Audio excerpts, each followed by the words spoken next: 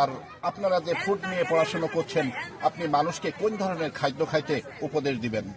আমি বলবো মানুষ তো এখন রুচিশীল হয়ে গেছে, বাইরের খাবার দাবার পছন্দ করে, কিন্তু সবকিছুর মধ্যে যেন আমরা পুষ্টিটা, আমাদের বেসিক নিড যেটা শরীরের জন্য, সেটা যেন, সেই খাবারগুলো যেন আমরা গ্রহণ করি, যেমন শাকসবজি, ফলমূল, দুধ, ডিম, এগুলো যেন থাকে। আর এখনকার বাচ্চারা বিশেষ করে তারা চিকেন, মাটন, বিফ ছাড়া খেতে চায় না, এবং জাঙ্ক ফুড মিনস বাইরের যে ফাস্ট ফুড তারা বেশ সেটাকে বেশ বেছে নেয় বা পছন্দ করে বলতে পারেন।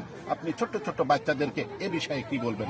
আমি ছোট্ট বাচ্চাদের তো বলতে পারবো না, কিন্তু তাদের মায়েদের বলবো যে ফুডগুলোকে এমন ভাবে রিপ্রেজেন্ট করতে বাচ্চাদের, যেন তারা পুষ্টিকর খাবারে আকর্ষিত হয়। আচ্ছা, পুষ্টিকর খাবারে আকর্ষিত হয়।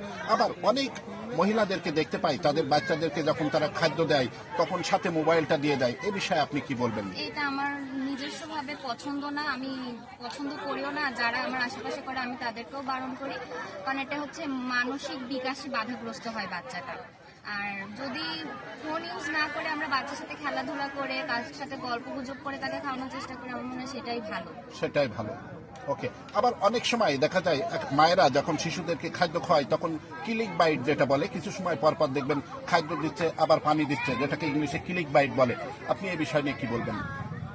এখন পানি তো খাওয়ার জন্য দরকার, কিন্তু অতিরিক্ত দরকার না, যে আমরা বাচ্চাকে টাইম দিচ্ছি না খাওয়ার জন্য, খেতে দিয়ে সাথে সাথে পানি দিয়ে দিচ্ছি, এটাতে পুষ্টি উপাদানটা ওভাবে শরীরে অ্যাবজর্ব হয়। ওকে।